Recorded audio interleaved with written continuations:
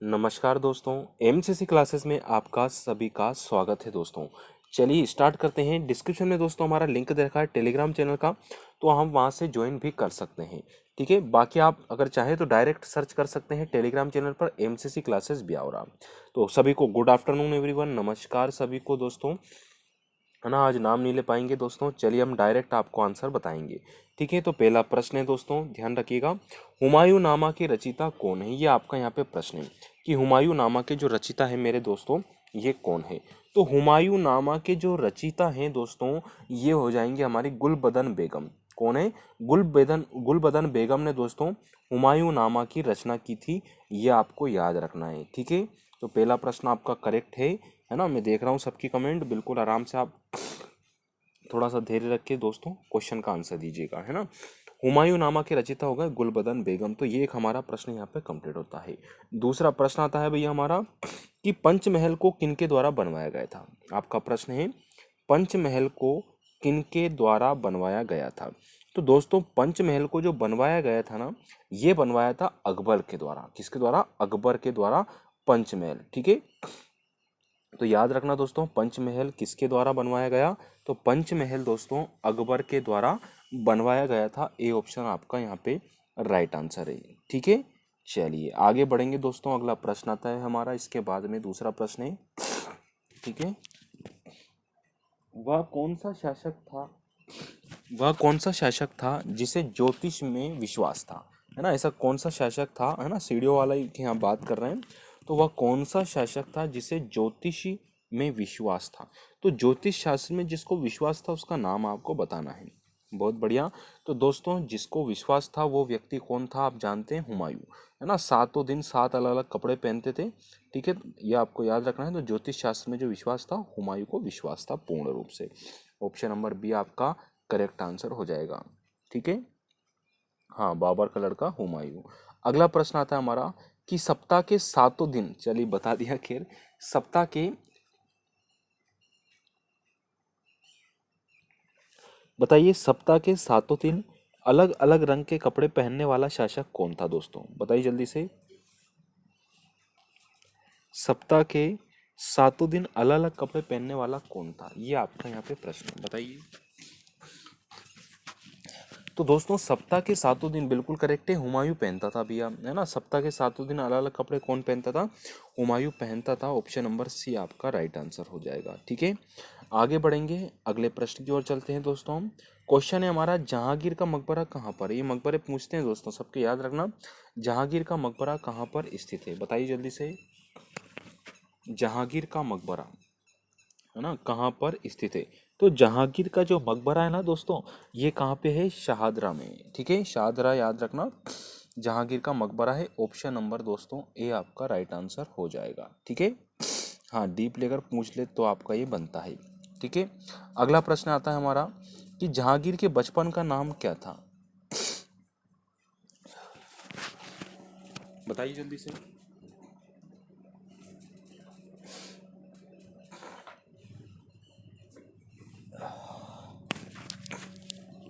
जहांगीर के बचपन का नाम क्या था दोस्तों? तो जहांगीर के बचपन का जो नाम था, ये था दोस्तों सलीम। क्या था? अच्छा वो, हाँ, एक मिनट क्लियर कर देता हूँ मैं क्या बताया। हाँ, ठीक है, बिल्कुल ठीक है इसका आंसर। हाँ, ठीक है, आगे बढ़ेंगे। जहांगीर के बचपन का नाम, तो जहांगीर के बचपन का नाम दोस्तों सलीम था। ठीक है, अगला प्रश्न हमारा, न्याय का जंजीर किसके द्वारा स्थापित की गई थी? तो न्याय की जो जंजीर है दोस्तों, ये किसके द्वारा स्थापित की गई थी? ये आपका यहाँ पे प्रश्न है। तो दोस्तों न्याय की जंजीर किसके द्वारा स्थापित की गई थी? तो ये की गई थी दोस्तों आपके जहांगीर के द्वारा। ठीक है, न्याय की जंजीर किसके द्वारा स्थापित की गई थी? जहांगीर, है ना। तो जहांगीर को न्याय की जंजीर के लिए दोस्तों याद किया जाता है, ये आपको याद रखना है ना। आगरा के किले में की थी। हाँ, शाह बुर्ज और यमुना तट पर स्थित पत्थर के खंबे पर लगवाई थी, ये भी आपको याद रखना है। ठीक है, अगला प्रश्न है हमारा इसके बाद में दोस्तों। क्वेश्चन है, मयूर सिंहासन पर बैठने वाला अंतिम मुगल शासक कौन था?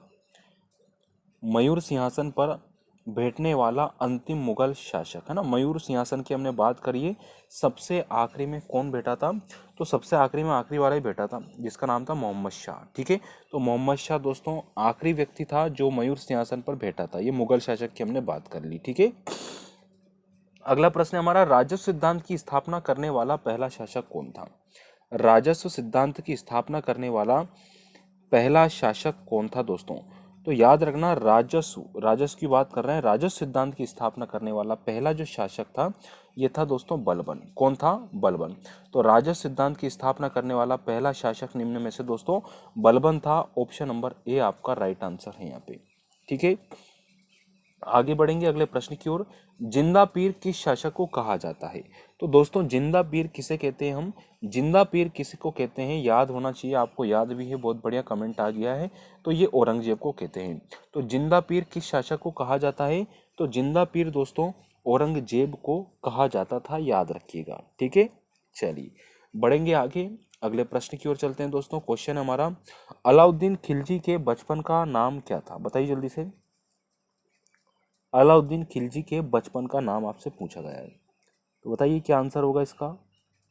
दोस्तों अलाउद्दीन खिलजी के बचपन का जो नाम था वो क्या था, तो दोस्तों अलाउद्दीन खिलजी के बचपन का नाम याद रखना, परीक्षा में आता है, अली गुरशाप्स। ठीक है, अली गुरशाप दोस्तों किसका नाम था, अलाउद्दीन खिलजी के बचपन का नाम था।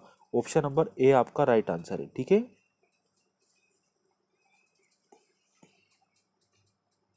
हाँ आगे क्वेश्चन है हमारा, मुगल वंश का वह शासक कौन है जिसका 2 बार राज्यभिषेक हुआ।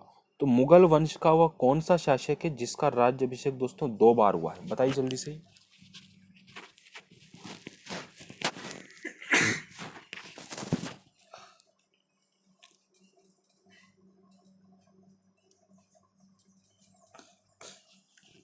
तो मुगल वंश का वो शासक दोस्तों जिसका 2 बार राज्यभिषेक हुआ वो औरंगजेब था। कौन था दोस्तों, औरंगजेब। ठीक है, हाँ लड़ाई होती थी, 2-3 भाई जो थे इनमें, तो इसने सोचा अपन पहले करवा लो, तो अपन पहले राजा हैं, फिर वापस में जो ओरिजिनल बन गया तो वापस से करवा लिया, तो औरंगजेब था दोस्तों।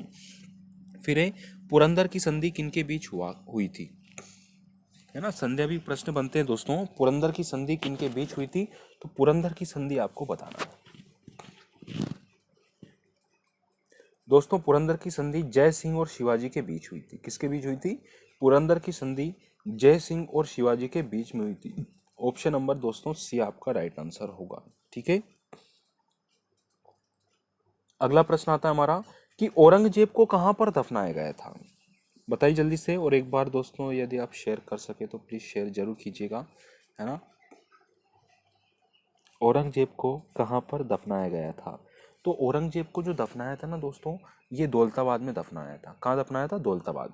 तो औरंगजेब को कहाँ पर दफनाया था, तो औरंगजेब को दोस्तों दौलताबाद में दफनाया था, यानी कि आपका कौन सा ऑप्शन करेक्ट होगा, ए ऑप्शन दोस्तों आपका राइट आंसर हो जाएगा।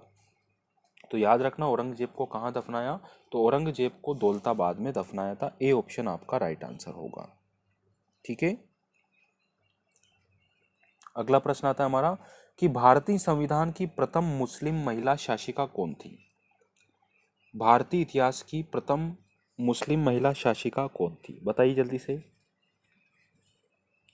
तो दोस्तों भारतीय इतिहास की प्रथम महिला जो शासिका बनी थी वो तो आप सब जानते हैं, क्योंकि ये क्वेश्चन रटा जाना चाहिए दोस्तों, रजिया सुल्तान, है ना। बिल्कुल करेक्ट आप लोग लगा रहे हैं, बहुत अच्छा मुझे लग रहा है दोस्तों। ठीक है, हाँ तबीयत में अभी हाँ थोड़ा सा गड़बड़ है, इसीलिए थोड़ा सा मैं कह रहा हूँ, है ना। चलिए आगे हम बढ़ेंगे दोस्तों। द्वितीय ताजमहल के रूप में जाना जाता है किसको, दूसरा ताजमहल के रूप में दोस्तों किसको जानते हैं, तो दूसरे ताजमहल के रूप में दोस्तों हम जानते हैं बीबी के मकबरे को। ठीक है, दूसरा ताजमहल है ना, ये औरंगजेब का काम था सारा सारा। तो सॉरी द्वितीय ताजमहल दोस्तों के रूप में जाना जाता है बीबी का मकबरा। ऑप्शन नंबर ए आपका यहाँ पे करेक्ट आंसर है। अगला प्रश्न आता है इसके बाद में दोस्तों हमारा कि सर्वप्रथम ब्राह्मणों पर जजिया कर किस शासक के द्वारा लगवाया गया था, बताइए क्या आंसर होगा। तो सर्वप्रथम ब्राह्मणों पर जजिया कर किस शासक द्वारा लगाया गया था, तो वो शासक था दोस्तों गयासुद्दीन, सॉरी ये फिरोज शाह तुगलक ने, है ना, याद रखना। सर्वप्रथम ब्राह्मणों पर जजिया कर लगाने वाला व्यक्ति कौन था? तो फिरोज शाह तुगलक, यानी फिर से क्या लगा दिया इसने? कर लगा दिया। फिरोज शाह फिर से कर लगा दिया, ये आपको याद हो जाएगा। बड़ा ही आसान प्रश्न है। अगला प्रश्न है, गुलाम वंश का अंतिम शासक कौन था? गुलाम वंश का अंतिम शासक।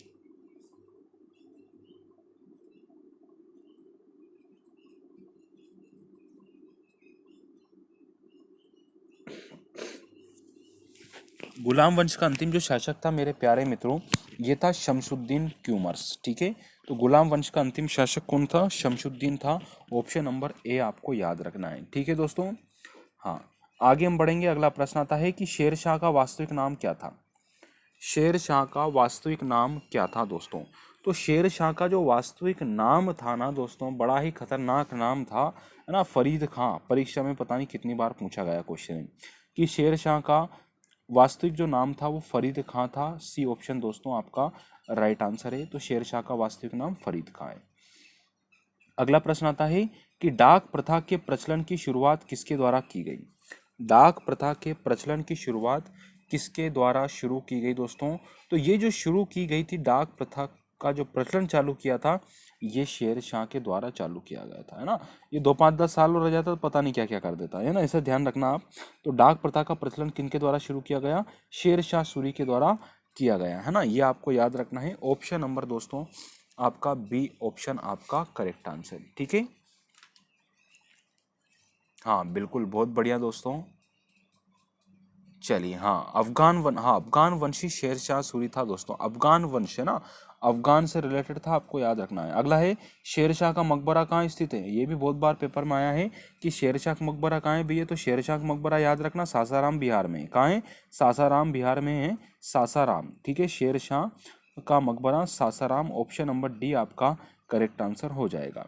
ठीक है, आगे बढ़ेंगे दोस्तों। शेर शाह सूरी की मृत्यु कहाँ हुई थी? शेर शाह सूरी की जो मृत्यु है दोस्तों, वो कहाँ पर हुई थी? ये आपका प्रश्न है, बताइए जल्दी से। हाँ, उक्का नामक अग्नेय यंत्र चला रहा था। क्या बात है, बहुत बढ़िया। तो उक्का चला रहा था भैया ये, है ना। और कालिंजर के शासक कीरत सिंह, हाँ, उसके विरुद्ध चल रहा था ये काम। चलिए, तो इसका जो अपना सिस्टम है ये आपको याद रखना। कालिंजर को जीतने के चक्कर में गड़बड़ हो गया माहौल। तो शेर शाह सूरी की मृत्यु दोस्तों कालिंजर के युद्ध में हुई थी। और वहाँ का शासक कीरत सिंह था। कीरत सिंह, कीरत तीरथ मत कर देना, कीरत सिंह याद रखना, है ना। उसके उसमें लड़ रहा था, उस समय हो गई थी। सासाराम बिहार में एक झील है, वहाँ पे इसका टीला वो किला बना दिया गया था दोस्तों, है ना। तो ये भी आपको याद रखना है। ठीक है, हाँ, बिलग्राम के युद्ध में बैठा था दिल्ली में, है ना। बेलग्राम का जो युद्ध हुआ था ना 1540 में, उस समय दिल्ली गद्दे पर बैठा था। ये भी आपको याद रखना है ना। इससे बहुत सारे प्रश्न बनते हैं। इसका उत्तराधिकारी कौन हुआ? तो इसका उत्तराधिकारी इस्लाम शाह हुआ था। कौन हुआ था? इस्लाम शाह। ये भी आपको याद रखना है। आ जाएगा कि दिल्ली शहर की नींव किसके द्वारा डाली गई थी? दिल्ली शहर की नींव किसके द्वारा डाली गई थी, ये आपको बताना है।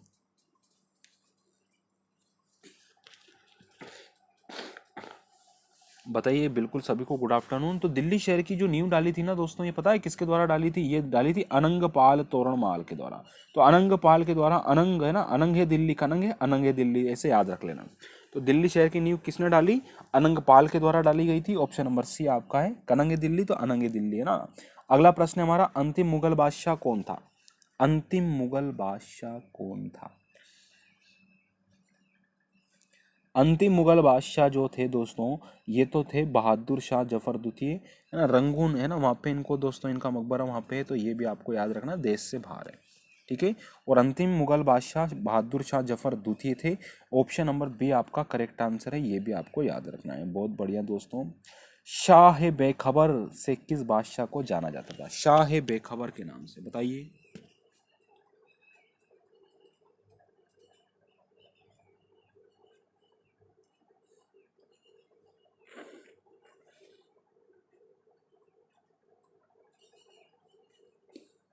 तो शाह बेखबर दोस्तों बहादुर शाह प्रथम थे। शाह बेखबर, है ना, कोई खबर नहीं, है ना। तो शाह बेखबर याद रखना, बहादुर शाह प्रथम। ठीक है, अगला प्रश्न आता है, आगरा शहर की स्थापना किसने करी? आगरा शहर की स्थापना किसके द्वारा की गई? तो आगरा शहर की स्थापना है ना दोस्तों, ये तो याद होना चाहिए, इंपॉर्टेंट क्वेश्चन है हमारा। ये की थी दोस्तों सिकंदर लोदी ने, ठीक है। तो आगरा शहर की स्थापना किसने की थी? तो ये की थी दोस्तों सिकंदर लोदी ने। ऑप्शन नंबर सी आपका याद होना चाहिए, ठीक है। हाँ, आगरा का पेटा, ठीक है। अगला प्रश्न हमारा, टीपू सुल्तान कहाँ के शासक थे? तो टीपू सुल्तान जो शासक थे दोस्तों, याद रखना, टीपू सुल्तान कहाँ के शासक थे? बिल्कुल, तो मैसूर का सुल्तान टीपू सुल्तान, याद रखना टीपू सुल्तान कहाँ के शासक थे? तो मैसूर कर्नाटक के शासक थे। ऑप्शन नंबर बी आपका करेक्ट आंसर हो जाएगा, ठीक है। जैकोबिन का जो सदस्य बनने वाला एकमात्र व्यक्ति था, ये भी आपको याद रखना है।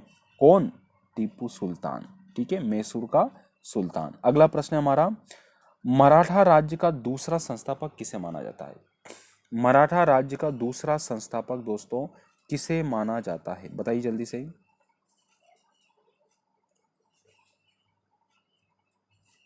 तो दोस्तों मराठा राज्य का दूसरा संस्थापक जो माना जाता है, ये माना जाता है बालाजी विश्वनाथ जी को। किसको? बालाजी विश्वनाथ को मराठा राज्य का दूसरा संस्थापक माना जाता है, ठीक है। दूसरा संस्थापक मतलब क्या है कि जैसे नैया डूबती डूबती बच जाती है ना, दूसरी है ना, तो उस टाइप से उबार लाए थे वापस से, है ना, जो स्थिति पहले थी उसमें बरकरार रखा था इन्होंने। तो ऐसे आप याद रखना है। तो मराठा राज्य के दूसरे संस्थापक दोस्तों बालाजी विश्वनाथ थे, ठीक है। अगला प्रश्न है हमारा इसके बाद में कि शिवाजी के आध्यात्मिक गुरु कौन थे दोस्तों? अरे शेयर वेयर कर दो यार दोस्तों, है ना, बड़ी, हाँ बड़ा, है ना, शेयर वेयर तो कर दिया करो यार आप, है ना। हाँ, लाइक करना भूल जाते हैं आप लास्ट में। तो शिवाजी के आध्यात्मिक गुरु कौन थे? तो शिवाजी का आध्यात्मिक गुरु दोस्तों गुरु रामदास थे। कौन थे? गुरु रामदास शिवाजी के आध्यात्मिक गुरु थे। ऑप्शन नंबर ए आपका करेक्ट आंसर है। नेक्स्ट क्वेश्चन आता है हमारा इसके बाद में कि तात्या टोपे का मूल नाम क्या था? तो तात्या टोपे जी का दोस्तों मूल नाम यहाँ पे आपसे पूछा गया है। तो तात्या टोपे जी का मूल नाम था रामचंद्र पांडुरंग। क्या बात है, Ramchandra Pandurang. Option number A. बिल्कुल, सभी को गुड आफ्टरनून भैया, है ना। तो तात्या टोपे का मूल नाम क्या था मेरे साथियों? तो ये था रामचंद्र पांडुरंग, ठीक है भैया। आगे बढ़ेंगे, शिवाजी का मंत्रिमंडल क्या कहलाता है? शिवाजी का जो मंत्रिमंडल था ये क्या कहलाता था दोस्तों? बताइए जल्दी से। शिवाजी का मंत्रिमंडल दोस्तों अष्टप्रधान क्या कहलाता था दोस्तों? अष्टप्रधान के नाम से हम जानते थे। तो शिवाजी का मंत्रिमंडल क्या कहलाता था? तो ये दोस्तों अष्टप्रधान कहलाता था। ऑप्शन नंबर बी आपका राइट आंसर है, ठीक है।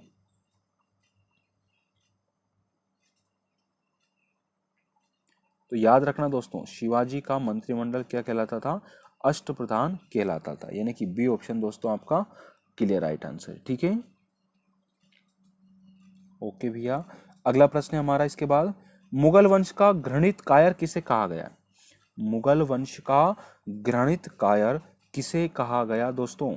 तो मुगल वंश का घृणित कायर जो कहा गया दोस्तों, ये किसे कहा गया? तो फर्रुखसियर को कहा गया, ठीक है। तो मुगल वंश का घृणित कायर किसे कहा गया? फर्रुखसियर को कहा गया। बी ऑप्शन आपको याद रखना है, ठीक है।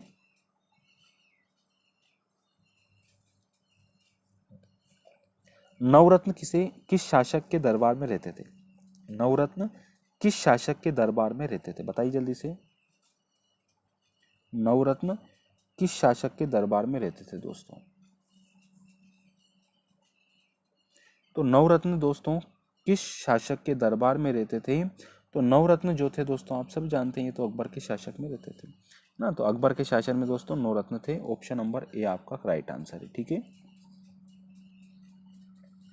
बहुत बहुत धन्यवाद आपको। अगला प्रश्न हमारा, आदि ग्रंथ के संकलनकर्ता कौन थे? आदि ग्रंथ के संकलनकर्ता कौन थे दोस्तों? बताइए जल्दी से। आदि ग्रंथ के संकलनकर्ता कौन थे? तो दोस्तों आदि ग्रंथ के संकलनकर्ता जो थे, ये थे गुरु अर्जुन देव। कौन रहे दोस्तों? Guru Arjun Dev. Option number B. दोस्तों सिख धर्म के जितने भी गुरु रहे, सभी को आप एक बार अच्छे से पढ़ लीजिएगा, किन्होंने क्या कार्य किया है ना, और किनके बाद कौन आया है। तो ये प्रश्न आपके बनते हैं दोस्तों, इसलिए। अगला क्वेश्चन आता है हमारा कि स्वर्ण मंदिर को किसने बनवाया? स्वर्ण मंदिर को किसने बनवाया था दोस्तों? तो स्वर्ण मंदिर को जो बनवाया था, ये भी दोस्तों गुरु अर्जुन देव के द्वारा बनवाया गया था, ठीक है। तो स्वर्ण मंदिर का निर्माण दोस्तों गुरु अर्जुन देव के द्वारा किया गया था। डी ऑप्शन आपका राइट आंसर है। ठीक है, ओके। अगला प्रश्न है भैया हमारा कि गुरुमुखी लिपि की शुरुआत किस गुरु के द्वारा की गई थी? बताइए, गुरुमुखी लिपि की शुरुआत किस गुरु के द्वारा की गई थी? तो गुरुमुखी लिपि की जो शुरुआत की गई थी दोस्तों, ये किस गुरु के द्वारा की गई थी? तो गुरु अंगद के द्वारा की गई थी। गुरुमुखी लिपि की शुरुआत गुरु अंगद के द्वारा की गई थी। ऑप्शन नंबर दोस्तों ए आपका राइट आंसर है। ठीक है, बढ़ते हैं हम आगे और अगले अपने अपने प्रश्न की तरफ दोस्तों। ठीक है, अगला क्वेश्चन है अकाल तख्त की स्थापना किसके द्वारा की गई? अकाल तख्त की स्थापना किसके द्वारा की गई थी? तो अकाल तख्त की स्थापना दोस्तों गुरु हरगोविंद के द्वारा की गई थी। अकाल तख्त की स्थापना गुरु हरगोविंद जी के द्वारा की गई थी। डी ऑप्शन आपका राइट आंसर है। ठीक है, अगला प्रश्न है हमारा कि गुरु गोविंद सिंह का जन्म कहाँ हुआ था?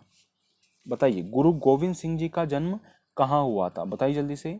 कल आप ऐसे करना, जो कांग्रेस के अधिवेशन वगैरह हुए ना, जैसे है ना अधिवेशन है, फिर क्रिप्स मिशन वगैरह है, या फिर आपके कोई भी मतलब साइमन कमीशन मान लो, महात्मा गांधी से संबंधित प्रश्न, होम रूल लीग वगैरह स्थापना है ना, कौन सा विश्वविद्यालय, गोलमेज सम्मेलन, ये चीज़ें आप थोड़ा सा पढ़ के आइएगा, है ना। एक बार आधुनिक भारत में आपको मिल जाएगा, लूसेंट से आप पढ़ते हैं तो बेस्ट है, उसमें सब कुछ आपको मिल जाएगा।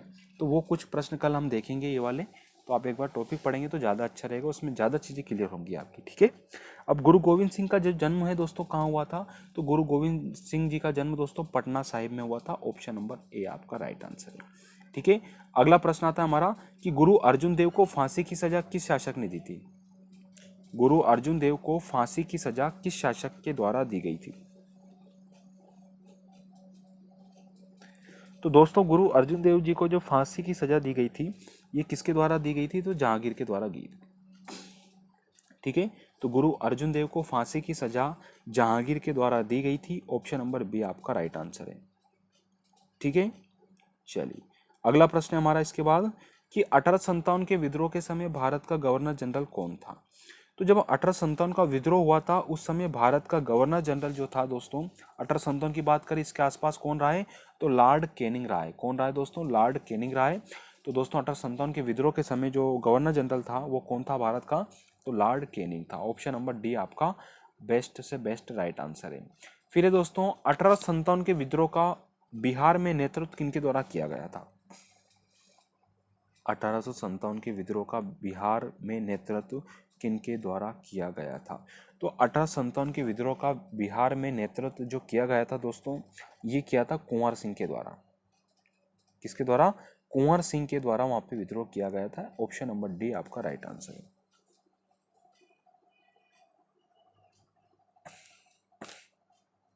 ठीक है, चलिए बढ़ते हैं आगे। अगला प्रश्न हमारा कि ब्लैक होल की घटना कब घटी थी? ब्लैक होल की घटना कब घट गई? बताइए जल्दी से दोस्तों। ब्लैक होल की जो घटना घटी थी, ये कब घटी थी? तो ये 1756 में घटी थी दोस्तों। कब घटी थी? 1756 में घटी थी। ठीक है, हाँ, उसके बाद से फिर यूं मानो कि 1757 से लेके तो 1947 तक फिर वो गए ही नहीं अपने यहाँ से, अंग्रेज। ठीक है, हालांकि वो 1600 में स्थापना हो चुकी थी आपकी ईस्ट इंडिया कंपनी की, पर ये मूल रूप से जो शासक है वो थोड़ा थोड़ा इन्होंने ब्लैक होल की जो घटना उसके बाद स्टार्ट हुआ 1756, आपको याद रखना है। अगला प्रश्न है कांचीपुरम भारत के किस राज्य में है? कांचीपुरम भारत के किस राज्य में है? ये आपका यहाँ पे प्रश्न है, बताइए क्या आंसर होगा इसका। तो कांचीपुरम जो है भारत के किस राज्य में है दोस्तों? तो ये हमारे भारत के तमिलनाडु राज्य में है। क्या बात कही आपने, बहुत खूब, तमिलनाडु में है दोस्तों कांचीपुरम भारत। ठीक है, अगला है सवाना घास का मैदान कहाँ पर पाया जाता है? बताइए जल्दी से। सवाना घास का मैदान कहाँ पर है? तो सवाना घास का जो मैदान है दोस्तों, ये हमारे अफ्रीका में है। कहाँ पर है? अफ्रीका में सवाना घास का मैदान है। सी ऑप्शन आपका करेक्ट आंसर होगा। ठीक है, बढ़ते हैं आगे। अगला प्रश्न है हमारा कि अशोक का संबंध किस राजवंश से रहा है? ये तो आपको खूब याद हो गया, वैसे क्वेश्चन इतने रिपीट हो जाते हैं इसमें कि वो ऑटोमेटिक अपने को लगता है कि याद हो गए भैया, अब परीक्षा ले लो हमारी, है ना। तो अशोक का संबंध किस राज्य से है? तो अशोक का संबंध आपको याद है, बिल्कुल मौर्य वंश से है दोस्तों। ऑप्शन नंबर सी आपका बिल्कुल करेक्ट आंसर है। हाँ, है ना। अगला प्रश्न है, रियो डी जेनेरा यानी कि ब्राजील में पृथ्वी सम्मेलन किस वर्ष हुआ था? है ना। पृथ्वी सम्मेलन दोस्तों जो ब्राजील में हुआ था, ये किस साल में हुआ था? तो दोस्तों ये हम पढ़ चुके हैं, 1992 में हुआ था। रियो डी जेनेरा ब्राजील में जो सम्मेलन हुआ था, पृथ्वी सम्मेलन के नाम से हम जानते हैं, ये सन 1992 में हुआ था। ऑप्शन नंबर डी आपका राइट आंसर है। ठीक है। इसी के बाद अगला प्रश्न आता है हमारा कि BCG का टीका किस रोग के बचाव के लिए दिया जाता है? BCG का टीका किस रोग के बचाव के लिए दिया जाता है? तो BCG का टीका जो लगता है, टीबी कान जो लगे भैया आपने, काय के लिए लगता है? टीबी के लिए, है ना। तो ये आपको ध्यान रख लेना, किसके लिए लगता है BCG का टीका? तो टीबी के लिए लगता है। डी ऑप्शन आपका राइट आंसर है। अगला है, पंडित रविशंकर किस वाद्य यंत्र से संबंधित है?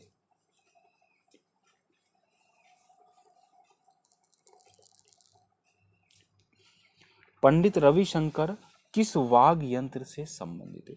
तो पंडित रविशंकर, है ना, पढ़े हैं हमने, बिल्कुल पढ़े हैं दोस्तों, सितार वादक, है ना। इनमें कंफ्यूजन होता है आपको, ऐसा है ना, आपने बताया था, चलिए करेंगे क्लियर। पंडित रविशंकर किस वाद्य यंत्र से संबंधित है? तो ये सितार वादक यंत्र से संबंधित है। बी ऑप्शन आपका करेक्ट है। फिर ये तेल का सबसे बड़ा निर्यातक देश कौन सा है? तो तेल का सबसे बड़ा निर्यात की बात कर रहा हूं दोस्तों, भारत के लिए कह सकते हैं अपन सऊदी अरब है। कौन सा है? सऊदी अरब है। ऑप्शन नंबर सी आपको याद रखना है।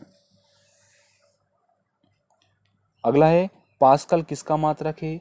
तो पास्कल, है ना, बताया था हमने, ये दाब का है ना। दाब लगाओगे तो दोस्तों पास्कल से रास्कल आप कह देंगे, तो पास्कल रास्कल दाब का मात्रक है। ठीक है। अगला प्रश्न हमारा, प्लीज दोस्तों इसको शेयर कर दीजिएगा, है ना। अभी मैं नहीं, अभी एक ही लेक्चर आपका रह पाएगा दोस्तों। ठीक है। हाँ, ठीक है। सभी को धन्यवाद दोस्तों, है ना। सभी को, है ना, अब सबका नाम नहीं ले पाएंगे दोस्तों। हाँ बिल्कुल, ठीक है। मैं देख रहा हूँ, सबकी कमेंट पढ़ रहा हूँ, है ना। चलिए, बहुत बहुत धन्यवाद मेरे प्यारे साथियों, सभी को बहुत बहुत धन्यवाद। अच्छे से मेहनत कीजिए, है ना। स्वस्थ रहिए, मस्त रहिए। ठीक है दोस्तों, चलिए धन्यवाद।